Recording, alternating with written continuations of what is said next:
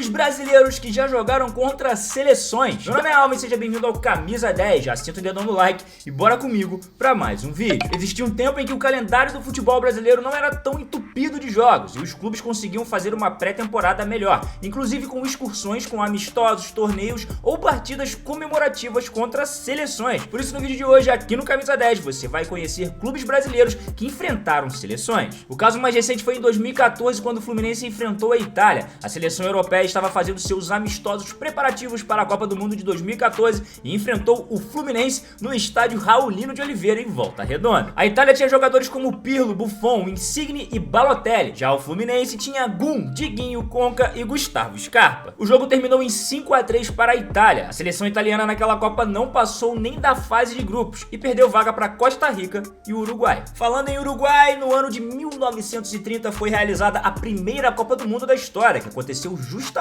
no Uruguai. A primeira competição foi realizada com apenas 13 equipes, e entre elas a França, que foi eliminada rapidamente na fase de grupos, e antes de retornar à Europa, eles passaram pelo Brasil e foram a Santos. E por lá receberam um convite da diretoria do clube da Vila Belmiro para um amistoso, e o Santos massacrou a seleção francesa. No dia 30 de julho de 1930, o Santos fez 6-1 na França. O curioso é que os jogadores da seleção ficaram revoltados e reclamando que jogaram contra a seleção brasileira sem saber. A revolta dos jogadores franceses foi tão grande que o presidente do Santos teve que levar os europeus até a sede do Santos para eles poderem ver a ficha dos jogadores do clube como prova de que não eram os jogadores da seleção brasileira. Viajamos no tempo e vamos para 1950. Mesmo que a gente não estivesse por lá, já ouvimos falar, ouvimos vídeos e reportagem falando sobre o famoso Maracanaço, quando a Copa do Mundo era em nossa terra e a seleção brasileira acabou perdendo a final em um Maracanã com mais de 200 mil pessoas. Em 1951, a Federação Uruguaia de Futebol organizou um torneio festivo em comemoração ao bicampeonato mundial. E nesse torneio, Bangu, Peñarol e Corinthians também participaram. O jogo de estreia do Corinthians foi exatamente contra o atual campeão mundial e muita gente na época considerava aquele jogo uma vingança. E assim foi. O Corinthians venceu o Uruguai por 4-1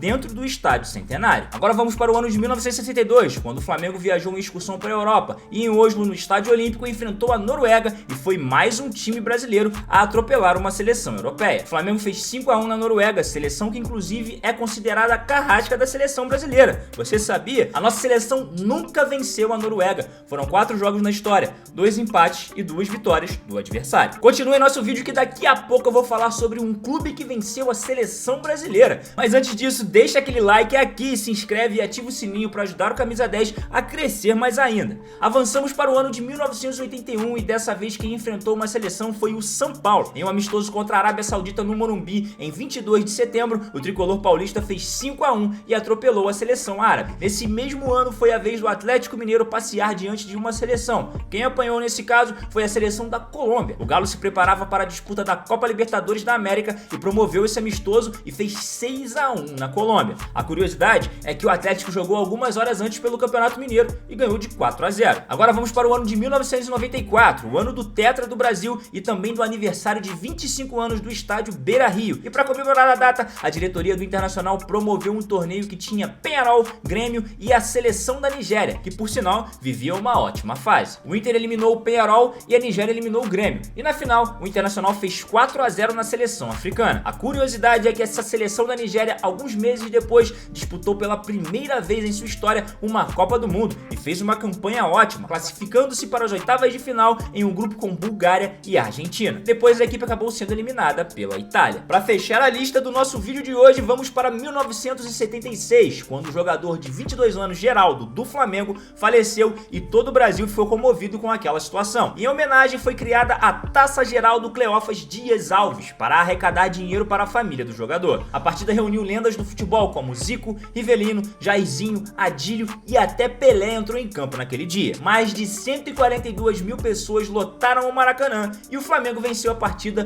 por 2-0 contra a seleção brasileira. A maioria das pessoas que assistem nossos vídeos aqui pelo YouTube não é inscrito, então a gente pede para que você se inscreva e ative o sininho, pois além de você ficar ligado em todos os conteúdos de futebol, você ajuda o nosso trabalho. Meu nome é Alves, já que você assistiu até aqui, deixa o seu like e até a próxima.